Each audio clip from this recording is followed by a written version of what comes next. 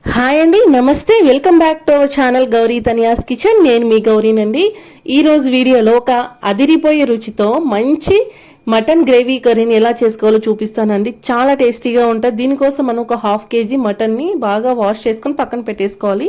తర్వాత మసాలా కోసం ఒక చిన్న రోల్ తీసుకొని అల్లం, వెల్లుల్లి, కొత్తిమీర, చెక్క, లవంగం తీసుకొని బాగా దంచుకోవాలండి, నూరుకోవాలి. ఇలా ఫ్రెష్గా నూరుకున్నటువంటి ఈ మసాలాని తీసుకుంటే కూర అనేది చాలా టేస్టీగా ఉంటుందండి. ఒకసారి మీరు కూడా ట్రై చేసి వాడండి. చూడండి ఒకసారి ట్రై చేసి.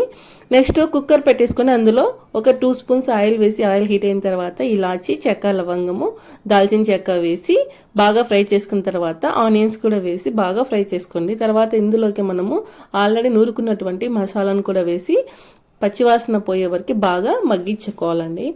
ఇలా మనము ఫ్రెష్గా వేసుకున్నదైతే కూర అనేది టేస్ట్ అనేది ఇంకా చాలా బాగా వస్తుంది. అందుకే ఇలా వేసి చూడండి. తర్వాత ఇందులోకి మనము కట్ చేసుకున్నటువంటి ఒక చిన్న టమాటాను కూడా వేసుకోవాలండి. తర్వాత ఈ టమాటాలు, ఈ మసాలాలు అంతా బాగా ఫ్రై అయిన తర్వాత ఈ మటన్ పీసెస్ను కూడా మనము వాష్ చేసుకున్న మటన్ పీసెస్ కూడా వేసుకొని బాగా ఫ్రై చేసేసుకోవాలి.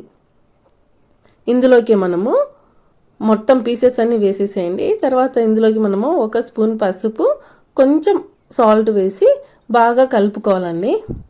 సో ఇక్కడ మనము డైరెక్ట్గా కారం వేయమండి, ఎందుకంటే కారం వేసే కంటే ముందే మనం పసుపు, ఉప్పులో బాగా మగ్గించుకోవాలండి. అప్పుడు కూర బాగుంటుంది.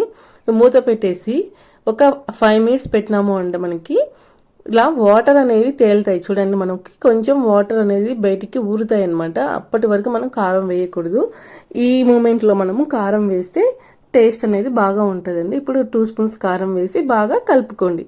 ఇలా కలుపుకున్న తర్వాత ఇందులోకి మనము కొంచెం కొబ్బరి పొడిని వేయాలండి.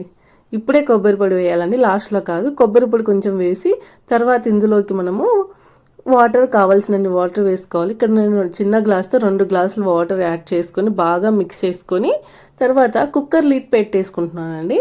కుక్కర్ లిడ్ పెట్టేసుకొని ఒక 6-7 విజిల్స్ అనేవి తెప్పించాను. తర్వాత లిడ్ క్లోజ్ ఓపెన్ చేసి చూస్తే మనకి కూర ఎలా కుక్ అయిపోయింది.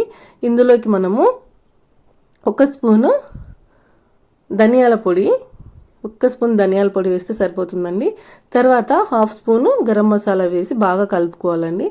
తర్వాత ఇందులోకి మనము లాస్ట్లో కట్ చేసుకున్నటువంటి కొత్తిమీరని కూడా వేసుకొని బాగా మిక్స్ చేసుకుంటే ఎంతో టేస్టీగా ఉండే మన మసాలా మటన్ కర్రీ అనేది రెడీ అండి. ఎంత టేస్టీగా ఉంది అంటే ఒకసారి తిని చూడండి, మళ్ళీ మళ్ళీ ఇదే ప్రాసెస్లోనే చేసుకుంటారు. నాకైతే ఫేవరెట్ అండి ఇది. సో మీరు కూడా ఒకసారి ట్రై చేసి ఎలా వచ్చిందో నాకు కామెంట్ చేయండి.